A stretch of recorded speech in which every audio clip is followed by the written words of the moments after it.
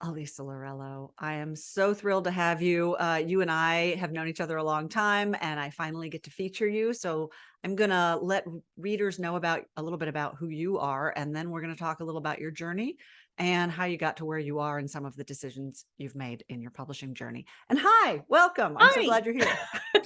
Thanks for having me. I just love that we finally get to do this. Me too. Elisa Lorello is the best-selling author of 11 novels and one memoir. The youngest of seven, she grew up on Long Island and graduated with 2 degrees from University of Massachusetts, Dartmouth. Since 2010, she's sold over 500,000 units worldwide and has been featured in the Charlotte Observer, Woman's World magazine, Rachel Ray Everyday Magazine, the Montana Quarterly Magazine, Writer's Digest Online, and Jade Friedman's 5 On blog series. She's also been a guest on multiple podcasts and a panelist at the Book Expo of America. Elisa is a lifelong Duran Duran fan. I have a feeling we're going to talk about that. And a proud Gen Xer, can sing 2-part harmony and devours chocolate chip cookies, not always at the same time. She currently lives in Montana with her husband, bestselling author Craig Lancaster, and their 2 pets. Welcome. You and I talked a little bit about one of the things I really love talking about is not just writers' journeys, but how they've overcome some of the vagaries of this business. So, but first, let's start with just how you got into this. I know you used to teach, but Yeah. did you always know you also wanted to be a writer? Interestingly, I had deferred that part of, I always knew I wanted to be a writer in that early on, interestingly, I was not encouraged. It was more like, well, if you want to do this as a career, you should take up journalism. Okay. Which is the only writing I did not want to do. At least I knew that much, that I was not suited for that. And so it was really like I was really deterred from that. So I pursued art for a little bit, and then I just kind of floated around, and then I went back to school and got a psychology degree. And it wasn't until graduate school that I got really, really serious, because my master's program was in rhetoric and professional writing. But even then, it wasn't until I had this novel idea, Okay. which ultimately became my debut novel, Faking It. And it wasn't until I finally said, if I do not get this on the page, I'm going to go out of my mind. And at that point, I didn't know if anybody was going to like it. It wasn't going to read it. But when I finally did that and said, oh, this is good, all of a sudden that thing that had been dormant all those years said, this is who you are. This is what you want to do. And I loved my teaching career, so I don't want to say that was not fulfilling, but this was the thing that had been latent or had been dormant for so many years, suddenly came alive when I finished my first novel. Let And me then I was back like, up oh just yeah, a I want to little. do this. I want to come back to Faking It, but Yes. you said rhetoric and professional writing. First of all, I was amused that you were discouraged from pursuing writing because it wasn't practical, so you went into art. Well, I went into commercial art. Like I went Okay. into like graphic design, and interestingly, that I didn't like, because by the time I got into it, it all started to become digital. It was computer art, and I wanted to get my hands dirty, but I was never as good at it. Though writing was the thing that came very naturally. Art was the thing I had to work, and even that I kind of knew it wasn't really what I wanted. So you knew you didn't want to do journalism, Yeah. but you didn't seem to know you were ready to write a novel. So you went into rhetoric and professional writing. What is that exactly? Rhetoric, I get, but what does professional writing mean? Ask 20 rhetorical scholars what it is, and they're all going to give you a different answer. Was the purpose to teach, I guess, is what I'm asking. I think that kind of becomes the thing you fall back on. At the time, that degree, and it was straight. I was kind of done with my. I was finishing up my bachelor's degree, and interestingly, I was taking some writing courses at that point as like electives. So one of my professors had recommended this professional writing program. And at the time, it was more about getting into technical writing, getting into editing. Okay. those kinds of things. And so, copywriting that, so it really was, in that professional realm. And at that point, now this is 2000. So I was on the verge of turning 30. And at that point, I was thinking I could get into editing. That's where my mind was in terms of doing this program. And when I got but I was a TA, and they kind of throw you to the wolves. How do you mean? Like it's almost a misnomer of saying teaching assistant, because I wasn't assisting anyone and I was not being assisted. I was teaching classes, and I was teaching business writing and technical writing and things like that. But I was also teaching English 101, freshman composition. And honestly, that's where the rhetorical came in. And I fell in love with that. And so I was all set for an academic career. I mean, I was going to be tenure track professor and do professional writing. I was even thinking at one point I'd be an administrator. I found out I was a really crappy administrator, so I'm glad I didn't go that route. But I I also realized when I did start writing my novel that I write rhetorically. That, and when I say rhetorically, I use the term rhetoric as the art and skill of using writing as a means of communication and or persuasion. So how do you mean that in the field of novel writing? I approach it from the point of view of audience, purpose, style. So that's like the rhetorical situation as opposed to like plot, theme, Okay. character. I'm thinking, what's going to get the reader to go to the next page and the next page and the next page and the next page. So So you I'm don't have a thinking about story the in mind reader. when you're sorry, you don't have a story in mind when you start writing, you're more looking for audience effect and No, I absolutely have the story, but my execution of the story, and okay. obviously there is character and dialogue and everything like that, but my execution of the story is, how do I get the reader to love this? Okay. That's what's in the execution of it. So how I do that is through dialogue and plot and character development, but the underlying that is is this going to be a comedy? Is it going to be a mystery? Is it going to be this or that? Is it going to be uh, a novella as opposed to a novel or something like that? So I'm looking at all those rhetorical aspects of what's the best way to tell this story that's going to make the writer pick it up and not want to put it, make the reader pick it up and not want to put it down. So how long had you been teaching this when you decided to start writing? I was teaching, well, let's see, I did my graduate program from 2000 to 2003. I got the idea for faking it actually in 1999, and I just didn't Wow. do anything with it. But it was little bits and pieces of it was coming to me throughout my entire graduate while I'm immersed in all this theory, the little bits and pieces of conversations and characters and things are coming to me. And then finally in 2004, interestingly, I was going to go on to a PhD, and I kind of was a little bit burnt out. And I said, I'm going to take a year off, which it's funny. I had people saying, yes, that's a good idea. And other people's like, no, no, no, no, no, no, you got to keep going. But in that break, I decided to write the novel, and I said, I'm going to write it as if nobody's ever going to read it, so it could suck as bad as it needs to suck. And I will totally lean on things that I know. And actually it was a happy accident in that way, because in faking it, there is so much rhetorical theory that I was so fresh out of my graduate program. I was so idealistic at that point. I just put it all in there, and it worked. It really, really, and that's a very rhetorical novel too. I mean, there is I'm gonna get a little theoretical. There's dialectic. I mean, between Mhm. Andy and Devon, they are just constantly going back and forth, like almost like a call and response Right. to it. And it yeah, it was a happy accident that I didn't plan. it was one of the things I said, oh, that's working.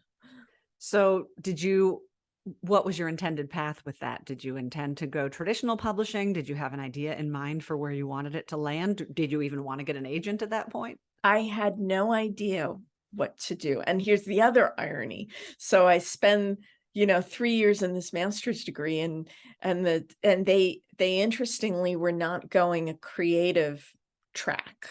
So that they developed later on, because whoever was taking over as the director of the program at the time kind of informally polled her students. She says, "Is there anything that you wish you had known?" And I chimed in. I said, "Yeah, how to get published."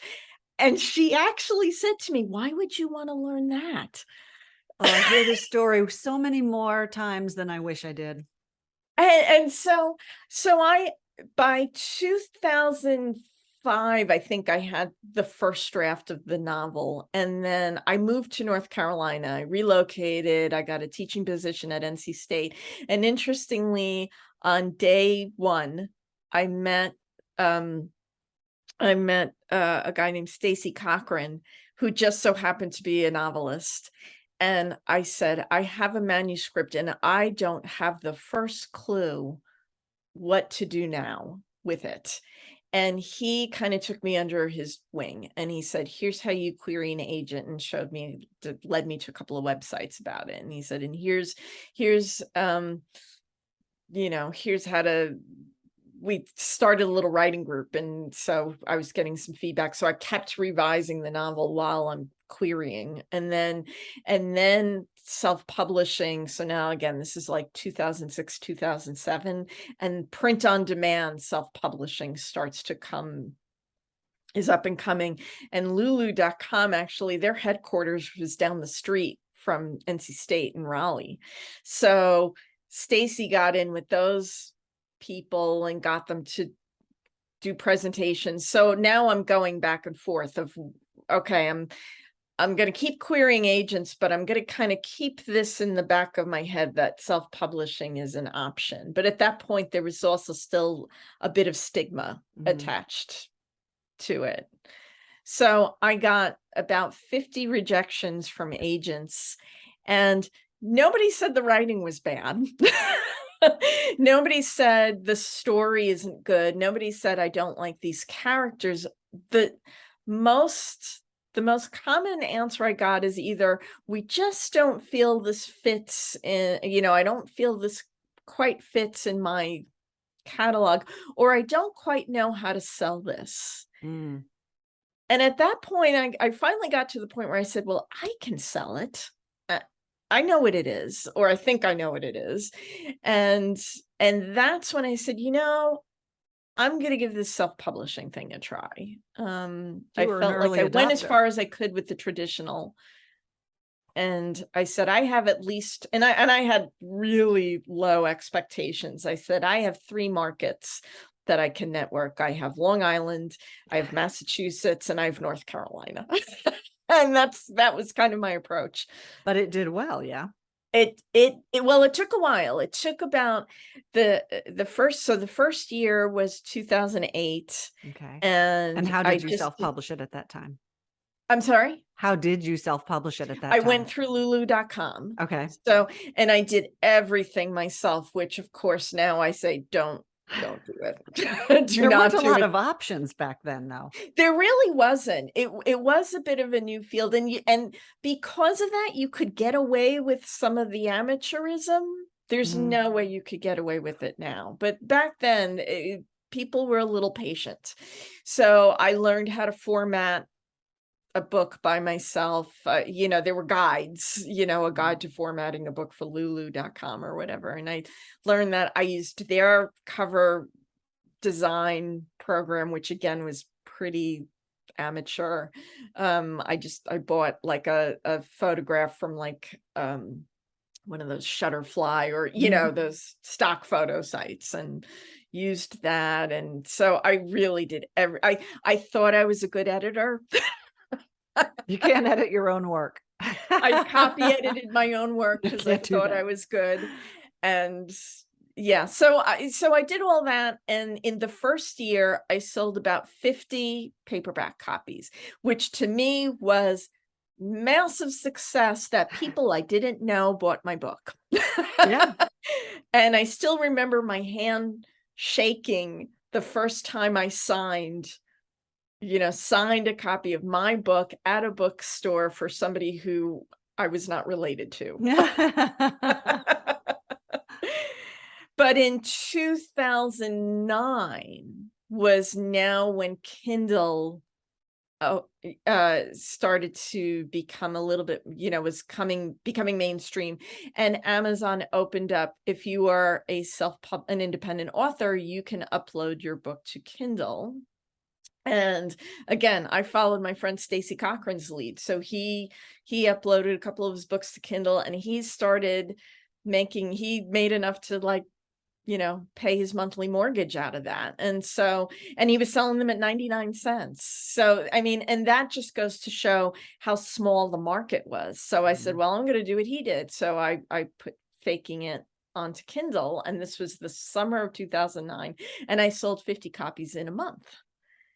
And I thought, well, that's pretty good. And now I wasn't just limited to my 3 little markets. Now it could go more. And then by Christmas of that year, the Kindle was the hot commodity. That was the present everybody got. But because everybody was broke after Christmas, they wanted books that were good, but were also like cheap, like 99-cent books. And that's when I kind of retraced my steps. All these Kindle forums and blogs and review sites were popping up, and Faking It was coming up on a lot of those sites. And that's really what catapulted me. So by the end of January, it was like right around the time of my birthday, it shot up to number 6 on In the whole Kindle bestseller store? list. At the time, the Kindle store did not distinguish between paid books and free books. So the first 5 books on that list were free, and then there was Faking It. So in a way, I kind of say, yeah, it was number 1.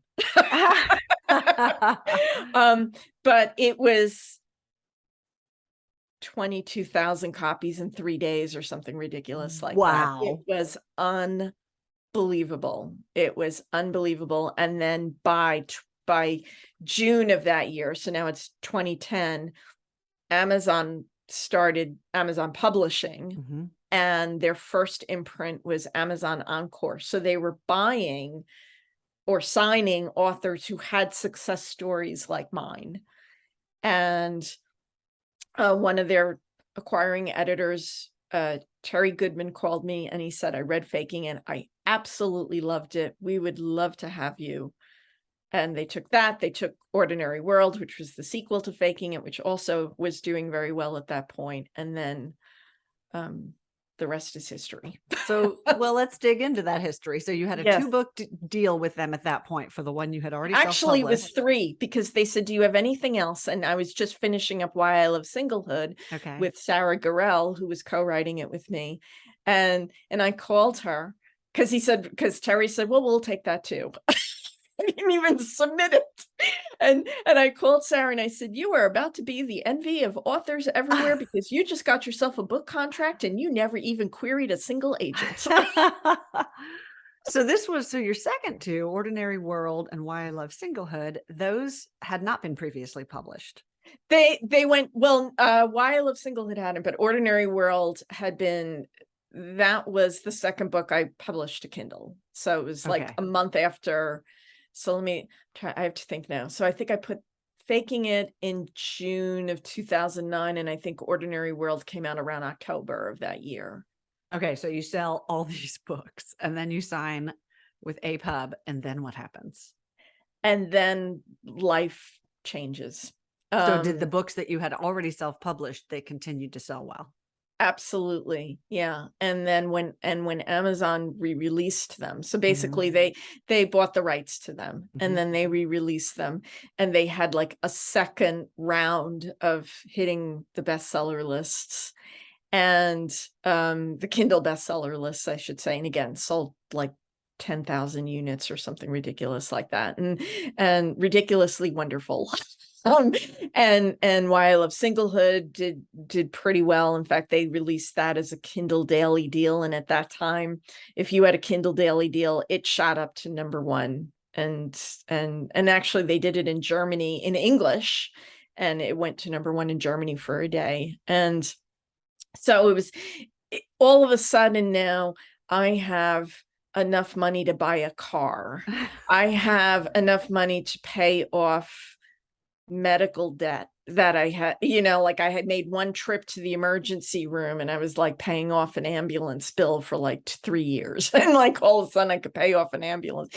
So it was things like that. And then I contracted for another book, and which I think was Adulation, that you worked on with me. And so now I'm thinking, I think I can take the leap of leaving my full-time job, 4 because books at in. this point with teaching, I was getting burnt out. I'd been teaching for pretty much 10 years because I counted my TA experience. So I was teaching for about 10 years and I was getting a little bit burnt out. And it was hard for me to personally balance the two.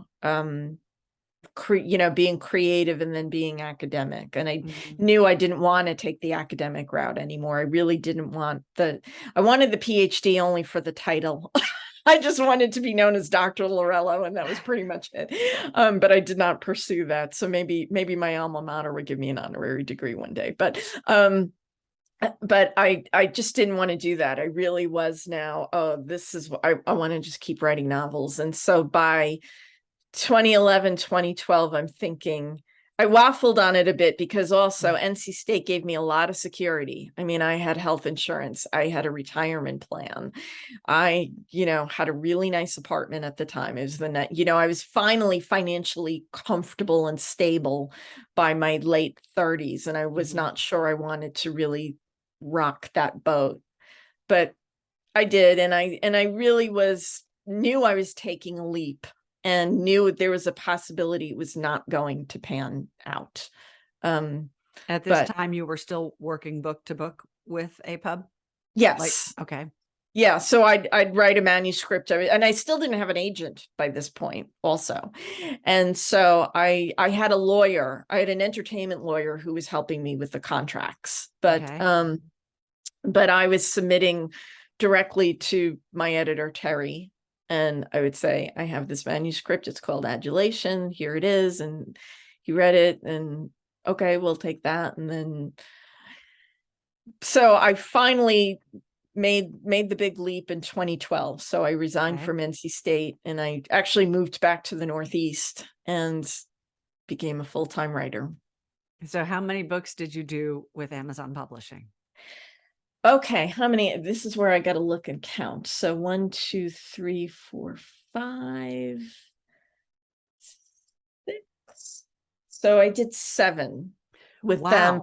But and I also did, that counts those first 4 that they Amazon Encored? Yeah. Yeah. So Amazon Encore, did they? I don't remember if Adulation was Amazon Encore by then, but yeah, so Faking It, Ordinary World, Why I Love Singlehood was all under Amazon Encore. I think Adulation was the first Lake Union imprints, but it was still Amazon Publishing. It was still APUB. And then after that, oh no, there was another one, She Has Your Eyes, which is the 3rd book in the Faking It series. So I think I left that one out. And then I got then I finally got an agent. Okay. And then I got a 2-book deal, and those 2 books were the final 2 books with Amazon Publishing. Okay. And how did they do, and why final? Okay. They did not do well. And that was around that time was when the shift happened. So like 2015 was, I am on top of the world. By this point, my books have been translated into German, and German Faking It. I can't say the German word for faking it, but German Faking It is what I call it. That not only went to #1 on the Kindle store, but it went to #1 for like 3 weeks. And all of a sudden in like 1 month, I made the same amount of money that I made in a year teaching. I mean, that was just, and that was like 2013. And right before that, I thought I might have to move back in with my mom before I beg for my job back at NC State. Like there was just that 6-month period where I wasn't sure I made the right mistake. And then German faking it blew everything out of the water. And then, so by 2015, I am a best-selling author making 6 figures. I met my husband, who was also published by Amazon Publishing. And he and I got together. I got an agent, also not by querying, but I went to a party at the Book Expo of America, and we had one of those 5-minute meetings in a bar. And then she got me the 2-book deal. And this was all in 2015. With Lake Union. With Lake Union. And Okay. This was all in 2015.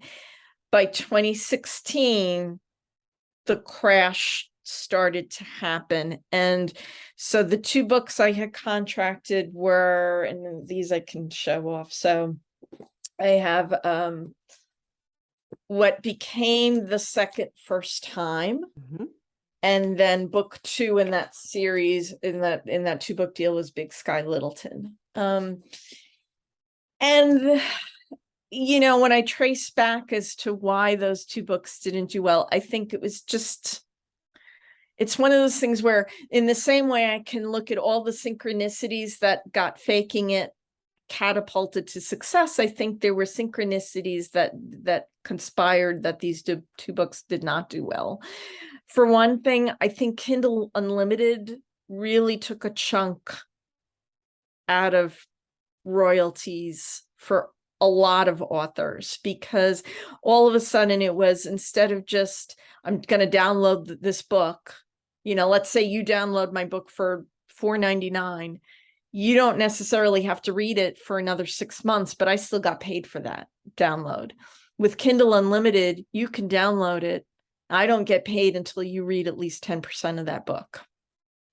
So all of a sudden that, I could see, I have the spreadsheets where you could see the month Kindle Unlimited started and how different my monthly totals were. So that, I think, was one thing. I suddenly was working on deadlines, because I contracted those 2 books in advance.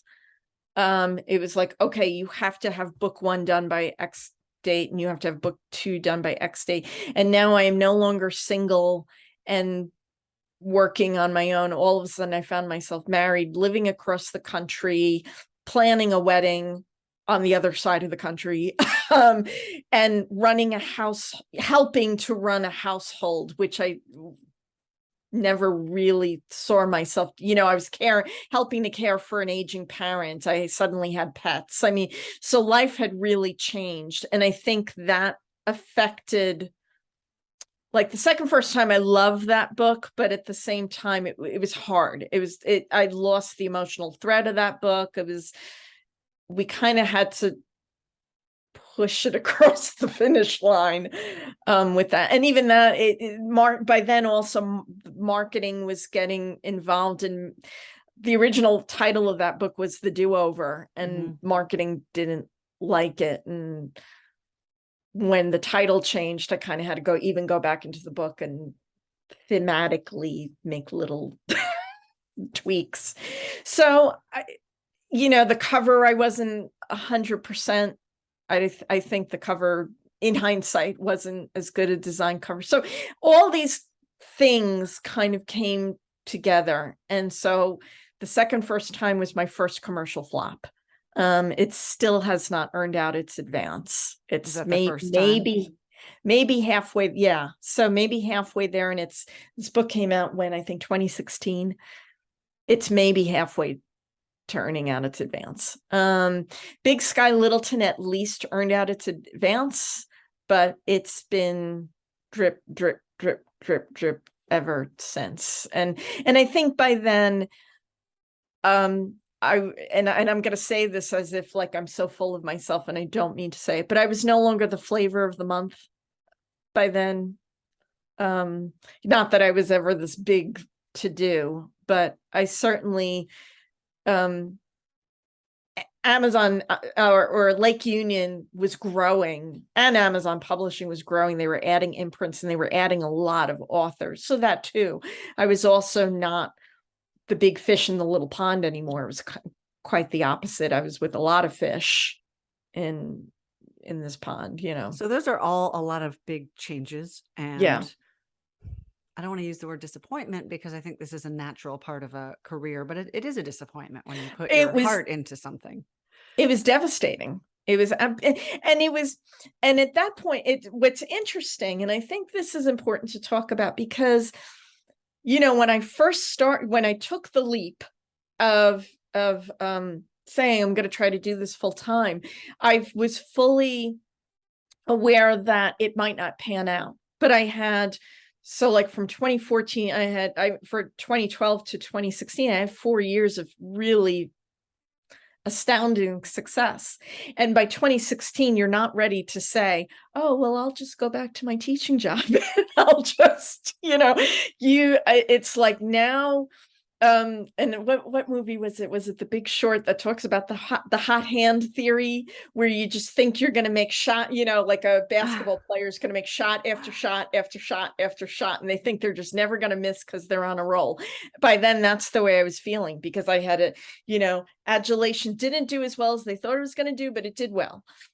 She Has Your Eyes did very well. Obviously, when Faking It was translated, it did really well. So I was having hit after hit after hit, right. and success after success after success. So I just figured, first time, it's going to sell 20,000 copies out of the gate. Big Sky Littleton's going to sell 20,000 copies out of the gate. It never occurred to me at that point that it could fail. And it is very difficult to accept that, especially when you're living in such a way where you're counting on it, and then when it doesn't, it's a crash. What did you do? What did I do? Yeah. So you have this huge crash at your flying high. You have the huge crash as a writer. What's going on? Do you feel like, oh my gosh, I'm done? Do you decide to regroup and go a different direction? How'd you handle it? Well, I wish I had regrouped. I wish I had that kind of moment of stepping outside of myself and saying, okay, this thing has happened. Let's kind of take it, piece by piece and figure out what we can do now. Instead, I had more of as if like your spouse suddenly up and says, I'm leaving you. And you thought you had this really happy marriage, and you just feel like the building just crashed on you. And so I went into panic mode, and I do not recommend this. I went into, oh my God, oh my God, oh my God, I have to get this all back. So I wasn't thinking about what's the next thing I could do, or how can I just even things out. Mm-hmm. I was thinking, oh, I have to get my 6-figure career back. And so I talked about this on Liz and Lisa's podcast. It's embarrassing to talk about, but I think I have to talk about it. I suddenly was like doing every best practices class, and like how to get 10,000 email followers, and how to get a blog and make $100,000 doing it. And I was going for that because that's what I was thinking, is I have to get it back. I have to get it all back. And I was just in panic mode with that. And also, I wasn't thinking my next novel ideas through. I was just thinking I have to get another book out. Yeah. So after that 2-book deal with my agent, I'm trying to pitch another and another and another, and nothing is sticking because I'm not thinking about a story that I really love. I'm trying to think about what's the next thing I could get.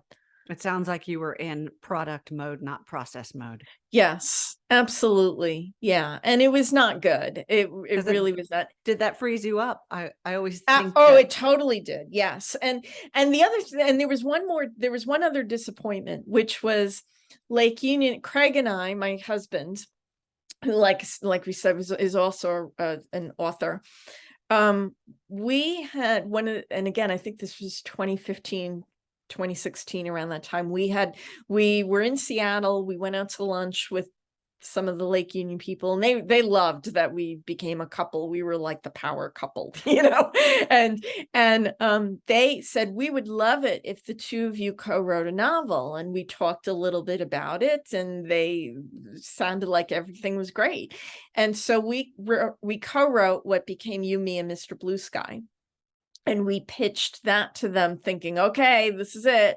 We're going to get back in it, baby. And oh, we love you guys, but no, we're going to pass. As Liz and Lisa would say, we're going to go in a different direction. Yes, we're going to step aside. We're going to step aside. Yeah. For people watching, this is Liz Fenton and Lisa Steinke's podcast, We Fight So You Don't Have to. They're doing a series called The Struggle Bus, where they are featuring a series of authors who talk about exactly what we're talking about, which is the ups and downs on this road. Yes. And so that too, that was like the ultimate. And that's kind of when Lake Union broke up with us, I think, was that. Both of you. Yes. Both. Oh my God. That must've been a happy household. Oh, yeah. Well, yeah, exactly. So now, and Craig at least is a little bit more versatile in his skills, in terms of marketable skills. So he was able to pick up freelance work and other kinds of work right away. Whereas I was kind of struggling, even going back into like teaching. The one university here is like, oh, we only have, we have one class for you, but it paid the same amount of money I made at the community college 10 years ago. I mean, it was, so that was discouraging, and it was just, what am I going to do? But it was like, oh, well, I'm not even going to worry about that, because I'm going to get 10,000 email followers and make my fortune again, So it was a really, really difficult period. And I was just in a state of grief. For me, it became, and Craig was, at least as stung as he at least was kind of able to switch into a more practical mode of, well, now I got to find something else to do, and I'm going to do it, where I was buried and just devastated. And like I said, it really felt like I got jilted at the altar, or my husband left me, or something like that. It was not easy. It was bad. And it just was getting worse and worse and worse, because now it's not even fun anymore. It's not fun to write. It's not fun, even when I'm trying to do a blog post, set up a blog where I think I'm going to, get a whole new following and do this and that. And it was not fun. I was dreading every moment of it. And then it finally came to a head in like 2019, I think, because we did release You, Me, Mr. Blue Sky ourselves. But by then we were so burnt out. We didn't do promotion. We just kind of put it out there. And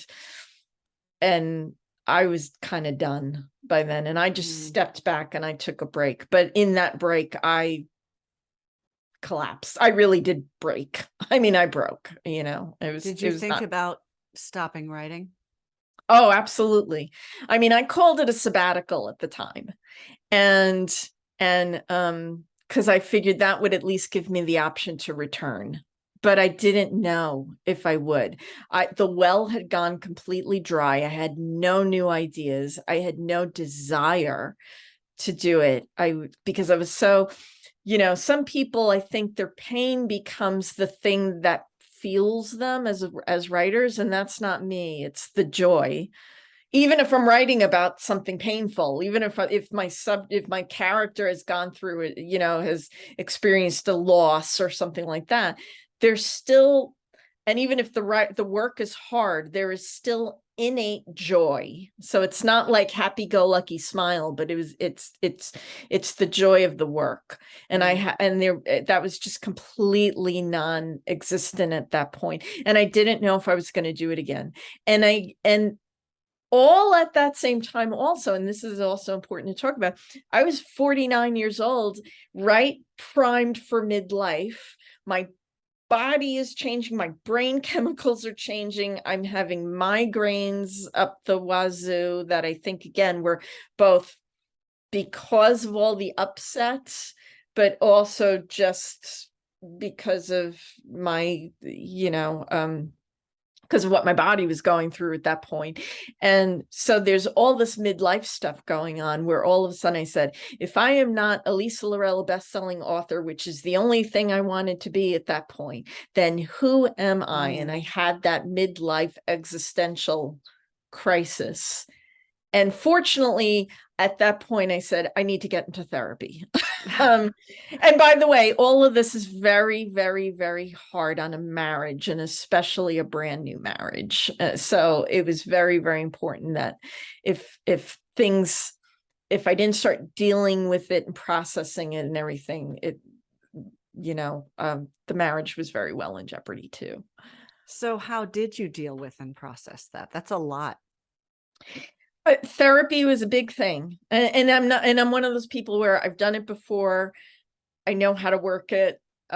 So I was very into it, and it was processing the loss, and loss that's a life thing. I mean, it really does go back to like my dad leaving when I was 13, because it was that same kind of devastation. And even that kind of almost made sense, that having a similar, treating it the same way as somebody so important in your life who just up and left you without you having any say in it, that it kind of came back to haunt me in midlife. It is in itself a very midlife thing. It's a very midlife development thing for something like that to happen, to be a catalyst and to respond to it. So that's kind of the way I started processing it. Like, I thought I was done with all that stuff with my dad, and then all of a sudden I'm bringing all that up again. And I'm just trying to go through and trying to figure out, well, what am I going to do in the meantime then? Because it was important that I didn't just want to, well, I'll just go back to teaching, or, well, I really wanted to find the thing that was going to feed my soul again. So it was and I just figured, well, writing's not going to be it. So I kind of have to accept that, and I have to find something else. So while I'm doing the therapy and also getting help with the migraines, I was trying to find other things to do. So when did the writing come back? Because I'm holding where did I put it? I'm holding your brand new book. I got it if you don't. Little jewel. This is All of You, and it comes out when? October 11th. Is this the first book since all of that happened? So it was gradual. Again, it was a gradual thing where I'm in therapy, I'm doing the work. I did get a part-time job, and again, now I'm really getting all over the place, but we were living in Maine at this point. We had moved again. Craig and I had moved again, and that wasn't going well either, but that's a whole other story and a whole other podcast. But I slowly, I was doing a little bit of, I was dabbling in things. So like, I suddenly became very interested in clutter clearing. So I was doing clutter clearing, and I was thinking maybe I could be a clutter clearing coach. I got very much into tarot cards because that was something I was interested my entire life. And I started taking classes in that and becoming serious with that, and starting to do that professionally, becoming a card reader. And then, but I was writing, I had it was like the summer of 2019. I think I finally got a novel idea. And after what? How many years? Oh gosh. Well, like the last thing we had written was You, Me, Mr. Blue Sky in like 2017. We published it in 2019, but I think we wrote it in 2017. So yeah, 2 years. So it had been 2 years before I finally got another idea. But it sounds to me like you spent that time filling the well. I tried. I absolutely tried to fill the well. And one thing that really helped was I got a job at a movie theater. It was a little independent theater because we lived in a pretty small coastal town, and it was an independent theater. And actually, you will probably appreciate this. So there was, it was almost like a co-op theater, where you were like a member, and there was like a board of directors. So there wasn't necessarily an owner, and there was a board of directors, and Hamilton Meserve was I think he was the president, and he is Margaret Hamilton's son. And if you don't know Margaret Hamilton, watch The Wizard of Oz. She's the Wicked Witch of the West. That's cool. And he's absolutely delightful, by the way. And so, And she actually lived in that area where we lived in mid-coast Maine. So working at this little theater, and I was a concessions manager. I got popcorn and soda for everybody, and like opened the theater, closed the theater, cleaned it, that type of thing. Very basic. But I was around storytelling. Mhm. So even though I was not able to write my own stories at that point, even though I didn't, my creative well was dry, I knew that at least being around the movies, whether I liked the movie or not, being around the movies, something was going to seep in. If nothing else, I figured at some point I'm going to write a novel where a woman works in a movie theater. Like there was something that was going to be there for me that I could sift through at a later time. So that was very helpful. And I loved the job too. It was like, hey, I got a master's degree in professional writing. And at one point I was a tenure, I was on the road to being a tenure track professor, but I am absolutely loving just doing popcorn and soda for 3 hours or whatever long my shift was. So there was something about that helped. Mental Um, space maybe, and taking off the pressure. I think so. I think it was that. And then I think I did NaNoWriMo, and that was when I got most of that story. And This then, one? no, actually, this one came a little bit later. The other one I haven't is still kind of sitting in a drawer, as they Okay. say. But it But sounds at like the least stories were starting to come back they were after this. starting to come back at least. And so, but I was still having trouble with the emotional aspect in terms of, well, what am I going to do with it? Mm. I've lost a lot of my audience. I don't and bless my agent, because she said, I will not leave you. When you're ready, you come to me and I will be here for you. So she never cut me loose. That's So awesome. thank you, Nalini, if you're watching this. Because that was a huge thing to know that she was kind of waiting in the wings for me. We moved back to Montana right smack in the middle of lockdown. So this is 2020. So I'm kind of jumping around a little with the timeline, I think, but by now it's 2020. We moved back to Montana. I am still not sure what I'm doing. So again, I'm trying clutter coaching because I'm thinking everybody's going to be stuck in their homes for God knows how long. And this is a good time for you to clean out the clutter in your home. So I was thinking that Yeah. was And actually. of course, I'm loving the metaphor of this for you, where you Oh, were at the absolutely. It's all there. It's all there. And so I was doing that, and then I was doing card reading, and there was something even in the card reading that was very helpful, because I Mhm. was thinking, at the very least, I want to serve other people. And I don't really do card reading as fortune telling as much as I do it as I'm guiding you to make the intuitive decisions you need to make. And so by me helping somebody else do that, it was always coming to me as well. There were things that I Yeah. was seeing in the cards that I could easily Well, apply. all of these things that you were doing were so, it sounds like, intuitively healing for you. Like you have the Absolutely. first you clean out the clutter, and Yes. then you reinstill hope, and you see, where your brain wants to take you and what you want at this stage. And Yes. then you go work at a place where the stories are. Like, to me, Yes. this feels very, if you wrote this, I'd go, good on you. That's great symbolism. Well, Like you were clearly trying to find a way back, it seems like. and actually the manuscript that is still in the drawer right now, I will say this, that's sort of the premise of it, is she's clutter clearing her house. And I wrote that in a similar way that I had written the first time. It was almost like this thing in my life that didn't go well, and I was going to write it the way I would have wanted it to happen. And I think one reason why it's taken me so long to get back to that manuscript is because I didn't know how it was all going to work out. And now I know. So as soon as I can, I am totally going to pick up that manuscript again, because I think I figured it out, because I kind of figured out my own resolution for me personally. So that helped me say, now I know how it's going to work for the character.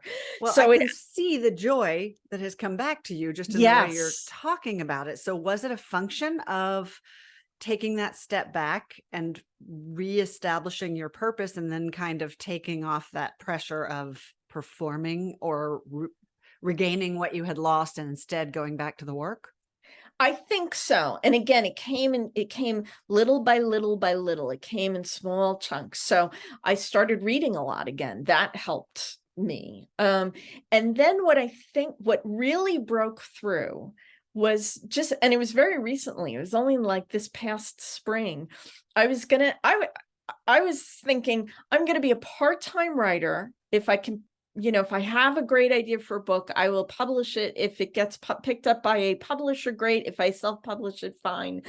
Um, but I might as well just be a full-time tarot card reader is really what I was thinking was going to happen. And so I signed up for this tarot business class of how to get the business part of it going, because I already was certified to do the reading.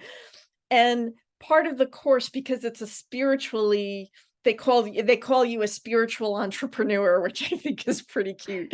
But they wanted you to kind of work through any limiting beliefs you had and things like that. So I'm working that course of going through my limiting beliefs, and I'm doing worksheets and things. And what was coming through for me was not any limiting beliefs I had about being a tarot reader. It was all the writing stuff was coming up.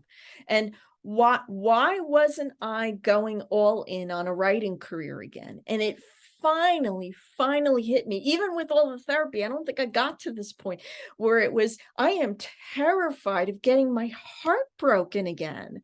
It really was just like the relationship. When that devastating thing happens to you in a relationship and you're terrified to open yourself to another one, even though you're trying to date and you're trying to, go out and have a good time, and maybe that guy is it, maybe that guy. It's never going to happen for you until you finally say, I am willing to be vulnerable. I'm willing to take the arrow in the chest again. And even if it happens, even if I do take another arrow to the chest, I'm going to be okay. And I finally had that breakthrough. So somebody even said to me, God, you probably, are sorry you invested all that money in that tarot class. I'm like, no, that's what got me that's what gave me the breakthrough. And finally I said, and even then I was still trying to, like, maybe I can incorporate tarot. And finally I said, no. I am a writer. I want to be a writer again. I want to be a full-time. And I got my tenacity back and I got my joy back. And I said, I'm going to take the arrow to the chest again if I have to, because this is a business of arrows to the chest. True fact. Yeah. So then how did that change your experience, and how did that change how well this book came out after you'd been so blocked for so long? Because I fell in love again. I hate that I keep going back to the relationship metaphor, but it is, I fell in love again. And by the way, this story, so it's going to sound like I'm doing some promotion, but it also does fit into this. So this book started, this was a manuscript I'd actually started in 2014. And it just kept getting pushed to the back burner. When we did the 2-book deal, I had pitched this book and they didn't want it. So that's why I did Big Sky Littleton instead. And then I did Pasta Wars, so that just other things kept coming first. And in 2020, I finally picked up this manuscript again, and I fell in love. And that was the road back, because then I submitted it to my agent. She did shop it around. And I did, and I got rejected. All the publishers rejected it. But now I'm in the headset I was in with Faking It, where I said, well, if they don't think they like it and they don't think they could sell it, I love it and I can sell it. and that was the difference. And I finally went all in. And I said, I'm not going to be afraid of this anymore. And I've been using this phrase a lot. I recalibrated my expectations, because with like Big Sky Littleton and even with You, Me, Mr. Blue Sky, even though we were so burnt out and we weren't doing any promotion, we still had that like yearning that I was going to sell 10,000 copies out of the gate. Like there was still that disappointment And that was that took a while to recalibrate, where I wasn't looking at, oh, my book sold, I sold 300 books this month. That's terrible. I used to sell that in a day. I used to sell 300 books per day. I used to sell 300 books per week. Now I'm like, 300 books a month. Yes. Okay, so you've said a lot here that I think is really relevant and important for authors. I talk a lot about taking ownership of your career. And it sounds to me like you found your initial success with faking it and your first titles because you did that, because you decided, like you said, if you people don't want to publish it, I know what I want. Yeah. And you found success with that. And then when that seemed to have a stumble, you let go. It felt like when you were looking at defining yourself by the number of followers or how can I get back to where I was, you gave up ownership. It became about all these other metrics that were not yours. And now it's very clear that your joy has come back when you've taken ownership back. But what I think a lot of writers may be wondering is you may or may not get back to that 6-figure status. Talk Right. about that a little bit. Like how did you have to adjust your idea of what being a successful writer is? I think at this point, I feel as if, that again, 2014, I started this, and Mhm. now I'm holding it in my hand. And that alone is success. That I even did go through the submission process, that I finally, when I thought I was never going to write again, I submitted a novel to my agent submitted it, and now, and like you said, I made the decision, if they don't want it, I'm gonna put it out in the world. So that's one thing, is redefining what the successes are and making sure that you treat what are seemingly little wins as big wins. So like I said, well, I was averaging 300 books a month. And again, there was a time I was selling 5,000 a month. Hmm. And now, and for the longest time, I was looking at 300 and all I was seeing was failure, failure, failure, failure. When I finally looked at it in a different way, and I'm quoting the late Wayne Dyer of, when you change the way you look at things, the things you look at change. All of a sudden, I realized I have not done a single act of promotion for any of these books, and some of these books are over 10 years old, and I sold 300 this month. Or not even me, I didn't personally do it, but 300 sold. All of a sudden, that was huge. Mm. And by the way, here's the other thing. The energy shifted, because I do believe in that. I believe when you remove those things that are blocking you emotionally and energetically, the energy shifted. All of a sudden, I think it was in May, 400 books sold. And then in June, 600 sold. And then last month, 850. Now, by last month, I'm starting to promote again. Right. But but still, it was like, because I removed that blockage, all of a sudden it was, whoa, there goes my mic. All of a sudden, the universe said, we're going to support you in this. And again, instead of now saying, oh God, 800, it's still not where I want to be. And obviously I would love to get even higher than that. I still have the intention of, I at least wanted to be, it doesn't have to be 6 figures, although please, who wouldn't want that? But it's, every 800 books is a win. Yeah. 300 is a win. And I love what you 300 is a say. win. Yeah. I'm still getting emails for, like, my memoir, which is 10 years old. Hey, I just read your memoir and I loved it, Mm. and I'm so glad I found it in 10 years. That's a big win. And for some, I think for so long it was like, oh yeah, I used to get 5 emails a day. Or, and you have to recalibrate your expectations. You just have to.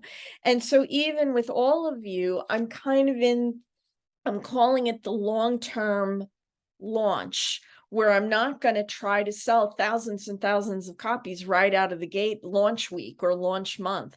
I really want to try to build it over a year and Which is how make it books used to work. It's how author careers used to work, and it's right. become the And flash in the pan, shiny new thing, move on in a hurry.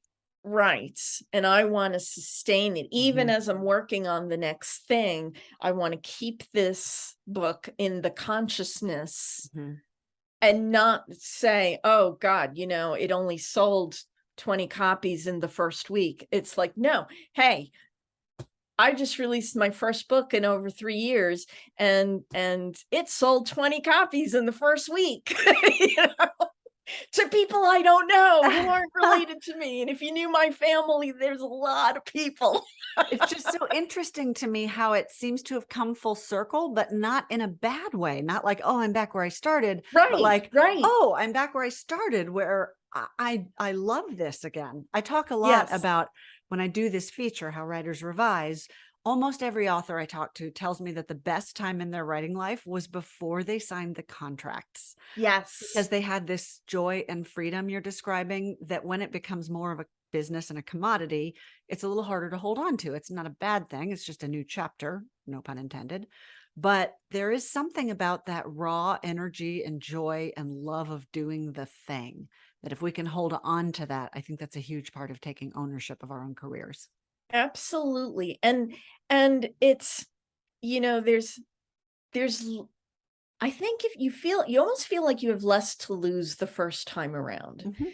Well, because you Like I do. said, I really thought at that point, I I left my job in good standing. I still know a lot of people there. I'm sure if I needed to, say, hey, this didn't work out. Can I have my job back? I probably would have gotten it.